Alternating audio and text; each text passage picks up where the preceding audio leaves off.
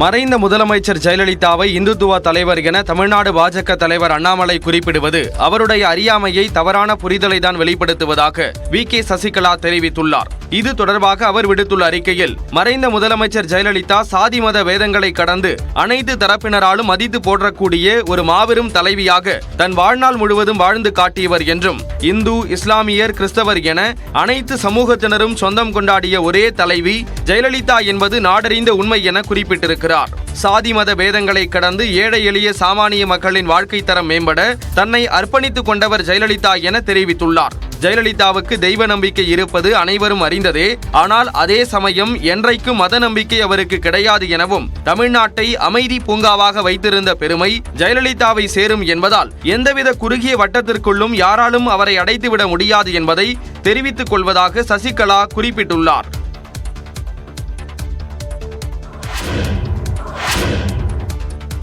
மறைந்த முதலமைச்சர் ஜெயலலிதாவை பாஜக மாநில தலைவர் அண்ணாமலை புகழ்ந்து பேசுவதில் உள்நோக்கமும் அரசியல் சூழ்ச்சியும் உள்ளதாக அதிமுக முன்னாள் அமைச்சர் ஆர்.பி. உதயகுமார் தெரிவித்துள்ளார். அதிமுக பொதுச் செயலாளர் எடப்பாடி பழனிசாமியின் பிறந்த நாளை ஒட்டி மதுரை கோட்டைமேடு பகுதியில் அன்னதானம் வழங்கப்பட்டது.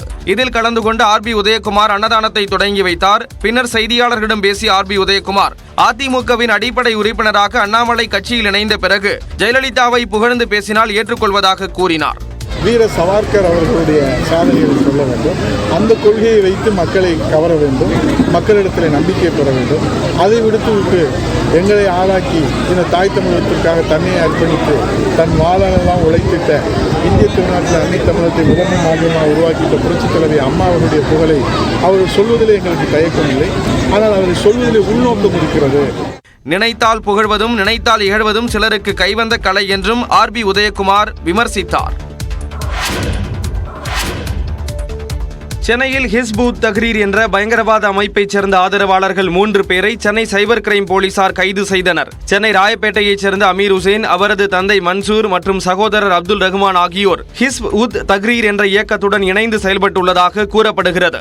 இவர்கள் ஹிஸ்ப் உல் தஹ்ரீர் இயக்க கொள்கைகளை எடுத்து கூறி ராயப்பேட்டை பகுதிகளில் கூட்டங்களை நடத்தியதாகவும் பல்வேறு வீடியோக்களை வெளியிட்டதாகவும் காவல்துறையினர் கண்டறிந்துள்ளனர். உலகம் முழுவதும் கிலாபத் என்ற இஸ்லாமிய ஆட்சியை கொண்டு வருவதன் நோக்கில் தற்போது நடைபெறும் நாடாளுமன்ற தேர்தலில் இஸ்லாமியர்கள் வாக்களிக்க கூடாது என்று பரப்புரை மேற்கொண்டதாக காவல்துறையினர் தெரிவித்துள்ளனர். பொதுமக்களிடம் பரப்புரை மேற்கொள்வதோடு மட்டுமல்லாது புரட்சி படையை சேர்ந்தவர்களிடமும் தங்கள் கொள்கையை பரப்பும் நடவடிக்கையில் ஈடுபட்டு வருவதை காவல்துறையினர் கண்டறிந்துள்ளனர். இதனையடுத்து ஊபா சட்டத்தின் கீழ் வழக்கு பதிவு செய்து 3 பேரையும் காவல்துறையினர் கைது செய்தனர்.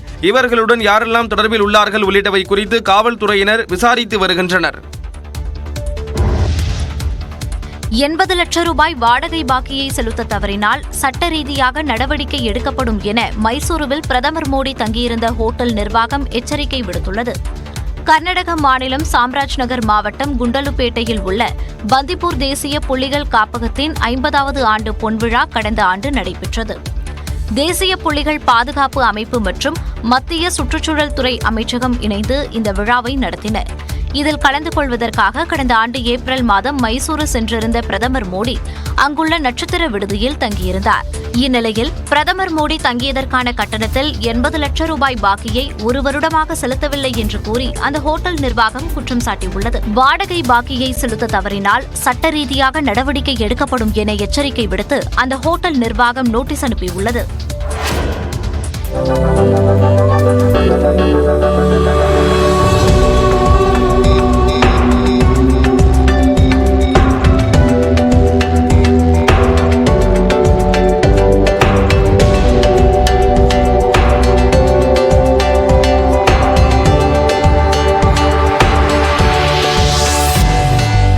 கன்னியாகுமரி மாவட்டம் திருப்பரப்பு அருவியின் ட்ரோன் காட்சிகள்தான் இவை.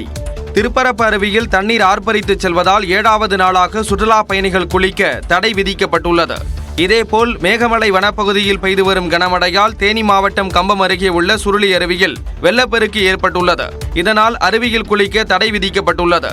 நெல்லை மாவட்டம் மணிமுத்தார் அருவியில் ஏற்பட்டுள்ள வெள்ளப்பெருக்கால் சுற்றுலா பயணிகள் குளிக்க 3வது நாளாக தடை தொடர்கிறது.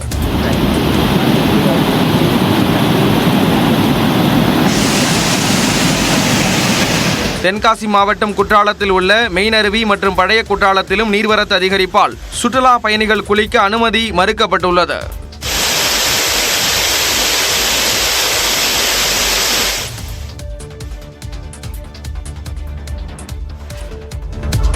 திமுக ஆட்சியில் எண்ணற்ற தமிழ் வளர்ச்சி திட்டங்கள் நிறைவேற்றப்பட்டுள்ளதாக தமிழ்நாடு அரசு அறிக்கை வெளியிட்டுள்ளது. முதலமைச்சர் மு.க.ஸ்டாலின் தமிழை ஆட்சி மொழியாக்கிட அரும்பாடுபட்டு வருவதோடு தமிழ் மொழி வளர்ச்சிக்காக பல்வேறு திட்டங்களை திறம்பட செயல்படுத்தி வருவதாக தமிழ்நாடு அரசு தெரிவித்துள்ளது. நீராறும் கடலுடுத்த என தொடங்கும் தமிழ்தாய் வாழ்த்து பாடலை மாநில பாடலாக அறிவித்து தமிழுக்கு பெருமை சேர்க்கப்பட்டுள்ளதாகவும் தமிழ் அறிஞர்களை பெருமைப்படுத்தும் வகையில் ஆண்டுதோறும் 35 விருதுகள் வழங்கப்பட்டு வருவதாக தெரிவிக்கப்பட்டுள்ளது. தமிழறிஞர்களுக்கான கனவு இல்ல திட்டம், தமிழறிஞர்களின் நூல்கள் நாட்டுடைமை, அயலக பல்கலைக்கழகங்களில் தமிழ் இருக்கைகள், குரல் முற்றோதல் திட்டம், தமிழ் கூடல் திட்டம், தீரா காதல் திருக்குறள் திட்டம் என முதலமைச்சர் மு.க.ஸ்டாலின் பல்வேறு திட்டங்களை செயல்படுத்தி இருப்பதாக அறிக்கையில் கூறப்பட்டுள்ளது. அண்ணல் அம்பேத்கரின் அனைத்து படைப்புகளையும் தமிழ் வளர்ச்சித்துறை வாயிலாக தமிழில் மொழிபெயர்த்திட 5 கோடி ரூபாய் வழங்கிட முதலமைச்சர் ஆணையிட்டுள்ளதாகவும், இதேபோன்று 5 கோடி ரூபாயில் தந்தை பெரியாரின் நூல்களை மின்னூல் பதிப்புகளாக தயாரித்திட உத்தரவிட்டு இருப்பதாகவும் அரசு தெரிவித்துள்ளது. அயலக தமிழர் தின விழா, கணியன் பூங்குன்றனார் நினைவு தூண், 2025 2ஆம் உலக தமிழ் செம்மொழி மாநாடு என எண்ணற்ற தமிழ் பணி திட்டங்களை நிறைவேற்றி உலகமெங்கும் வாழும் தமிழர்கள் நெஞ்சத்தில் முதலமைச்சர் மு.க.ஸ்டாலின் நிறைந்திருப்பதாக தெரிவிக்கப்பட்டுள்ளது. மின்கட்டணம் தொடர்பான போலி SMS மீண்டும் உலா வருவதால் பொதுமக்கள் எச்சரிக்கையுடன் இருக்கும்படி மின்வாரியத்துறை அறிவுறுத்தியுள்ளது. கடந்த சில நாட்களாகவே செல்போன்களில் மின்கட்டணம் தொடர்பான போலி SMS வருவது அதிகரித்து வருகிறது. செல்போன்களில் வரும் லிங்க் மூலம் மின்கட்டணத்தை செலுத்தும் பொதுமக்கள் பணத்தை இழக்கும் நிலை ஏற்பட்டுள்ளது. எனவே இதுகுறித்து மிகுந்த எச்சரிக்கையுடன் இருக்கும்படி அறிவுறுத்தியுள்ளது. தற்காப்பின் சிறந்த வழி எந்த லிங்கையும் கிளிக் செய்யாமலும் அந்த எண்ணுக்கு அழைக்காமலும் இருப்பதுதான் எனவும், வீடுகளுக்கு வரும் மின்சார கட்டண நிலுவைத் தொகையை மின்வாரிய அதிகாரப்பூர்வ வலைதளம் வழியாக சரிபார்க்க வேண்டும் எனவும், இலவச தொலைபேசி எண் 1930 தொடர்பு கொண்டு சந்தேகங்களை கேட்டறியலாம் எனவும் அறிவுறுத்தியுள்ளது. 80 லட்சம் ரூபாய் வாடகை பாக்கியை செலுத்த தவறினால் சட்ட ரீதியாக நடவடிக்கை எடுக்கப்படும் என மைசூருவில் பிரதமர் மோடி தங்கியிருந்த ஹோட்டல் நிர்வாகம் எச்சரிக்கை விடுத்துள்ளது. கர்நாடக மாநிலம் சாம்ராஜ் நகர் மாவட்டம் குண்டலுப்பேட்டையில் உள்ள பந்திப்பூர் தேசிய புலிகள் காப்பகத்தின் 50வது ஆண்டு பொன்விழா கடந்த ஆண்டு நடைபெற்றது. தேசிய புலிகள் பாதுகாப்பு அமைப்பு மற்றும் மத்திய சுற்றுச்சூழல் துறை அமைச்சகம் இணைந்து இந்த விழாவை நடத்தின. இதில் கலந்து கொள்வதற்காக கடந்த ஆண்டு ஏப்ரல் மாதம் மைசூரு சென்றிருந்த பிரதமர் மோடி அங்குள்ள நட்சத்திர விடுதியில் தங்கியிருந்தார். இந்நிலையில் பிரதமர் மோடி தங்கியதற்கான கட்டணத்தில் 80 லட்சம் ரூபாய் பாக்கியை ஒரு வருடமாக செலுத்தவில்லை என்று கூறி அந்த ஹோட்டல் நிர்வாகம் குற்றம் சாட்டியுள்ளது. வாடகை பாக்கியை செலுத்த தவறினால் சட்ட ரீதியாக நடவடிக்கை எடுக்கப்படும் என எச்சரிக்கை விடுத்து அந்த ஹோட்டல் நிர்வாகம் நோட்டீஸ் அனுப்பியுள்ளது. காப்பீடு தொகையை வழங்குவதை தவிர்க்கும் வகையில் அந்நிறுவனங்கள் தெளிவற்ற முறையில் நிபந்தனைகளை குறிப்பிடுவதாக சென்னை உயர்நீதிமன்றம் தெரிவித்துள்ளது. 2021ஆம் ஆண்டு மே 10ஆம் தேதி மாரடைப்பால் கணவர் உயிரிழந்ததை அடுத்து தனியார் வங்கியில் ஏற்கனவே கட்டி வந்த காப்பீட்டு தொகையை வழங்க கோரி மனைவி லட்சுமி என்பவர் விண்ணப்பித்துள்ளார். ஆனால் மரணத்துக்கான காரணம் காப்பீட்டில் வராது என கூறி தனியார் வங்கி லட்சுமியின் விண்ணப்பத்தை நிராகரித்தது.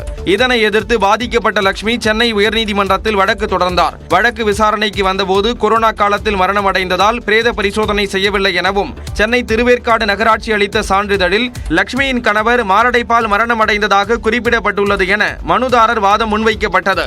காப்பீடு நிறுவனங்கள் பற்றி தனிநபர்களுக்கு சட்ட அறிவு இருக்காது என தெரிவித்த நீதிமன்றம், இதை பயன்படுத்தி காப்பீட்டு தொகையை வழங்குவதை வேண்டுமென்றே புறக்கணித்து விடுவதாக கருத்து தெரிவித்தது. மேலும் பாதிக்கப்பட்ட மனுதாரர் லட்சுமிக்கு 4 வாரங்களில் காப்பீட்டு தொகையை வழங்க வேண்டும் என சென்னை உயர்நீதிமன்றம் உத்தரவிட்டுள்ளது.